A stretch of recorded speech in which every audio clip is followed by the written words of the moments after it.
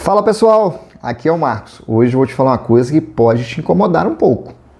A maioria dos profissionais da indústria acham que sabe por onde começar, mas aí acabam começando errado. E o pior, nem percebem isso.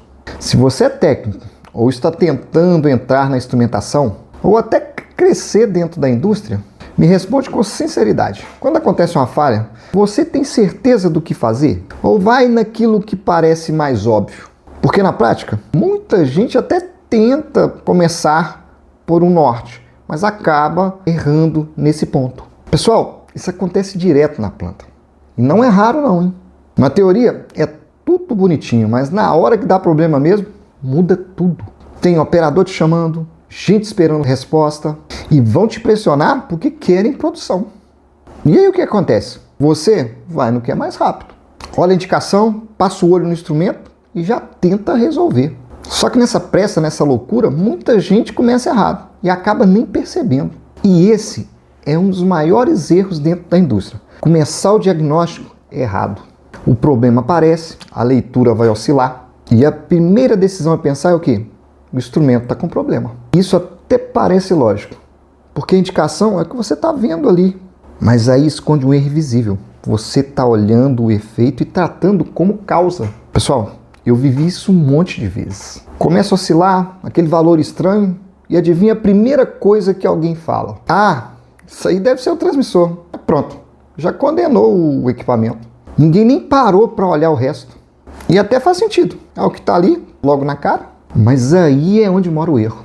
O instrumento ele não cria o problema, ele mostra o problema. Só que como todo mundo foi acostumado a olhar para o instrumento, já começa o diagnóstico errado. Isso gera um problema ainda maior. Você começa a agir, mas agindo no lugar errado. E aí começa aquele ciclo que você já deve ter visto. Abre ordem de manutenção, troca o transmissor, recalibra, mexe em válvula, para equipamento e nada resolve. E isso começa a te travar. Aí você pensa, cara, não é possível, o problema é comigo. O que eu não estou vendo? O que eu estou deixando passar? E começa a bater aquela dúvida mesmo. Só que muitas vezes não é falta do seu conhecimento. É só porque você começou a diagnosticar no lugar errado. E quando você parte do lugar errado, você pode até agir com boa intenção, mas vai ficar andando em ciclos. Mas deixa eu te falar uma coisa super importante. Isso não é falta de capacidade. Ainda não te ensinaram a concatenar os equipamentos dentro do processo. Te ensinaram pontualmente a mexer no instrumento. E não entendeu o todo. E quanto mais você foca só naquele ponto do instrumento, mais susceptível a erro você vai ficar. E presta atenção nisso aqui. Isso é muito importante, porque tem muita gente que carrega uma culpa. Isso não é o que vai virar o jogo.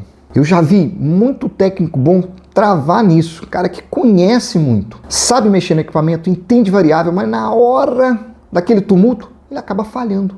E já vi o contrário também. Gente com bem menos tempo que vai lá e resolve. Aí surge aquela pergunta: qual é a diferença? Não é tempo de casa. É a cabeça, é o pensamento, é como a pessoa enxerga o todo. Porque não é sobre saber mais, é sobre enxergar melhor todo o sistema. É sobre aprender a ligar os pontos certos. Agora, deixa eu te mostrar isso na prática, com um caso real dentro da indústria. Durante a operação de um processo industrial, foi constatada uma variação constante da leitura de um nível que antecedia um tanque. Foi identificada uma variação constante na leitura de nível de um tanque. E esse nível era medido através da pressão. E o comportamento era subia, descia, oscilando. Primeira decisão, troca o transmissor. Foram lá e trocaram. E o problema continuou. Aí instalaram o segundo transmissor em paralelo.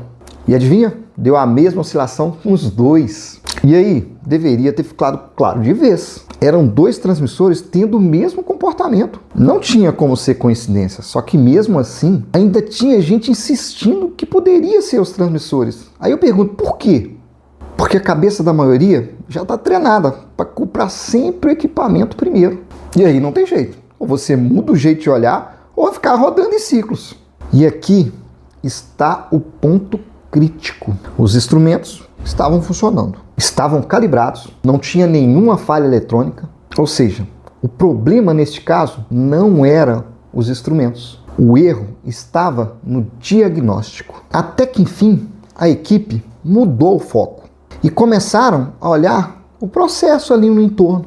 E encontraram isso. O tanque, ele trabalhava com um nível baixo. E dessa forma, formava gases dentro do tanque. E quando formava esses gases dentro do tanque, como o transmissor é de pressão, esses gases empurravam o líquido e estava fazendo variar quando a bomba ali no sucção da bomba.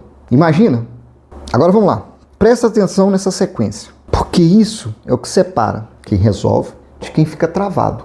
O nível do tanque estava baixo. Trabalhava com ele baixo. Isso parece simples. E faz toda a diferença. O nível baixo já começa a dar problema na sucção da bomba. Além disso, gerava gases. E esse gás fazia uma cunha ali no líquido. Nível baixo, mais ali a pressão ali do gás que estava sendo gerado. Imagine isso na sucção da bomba.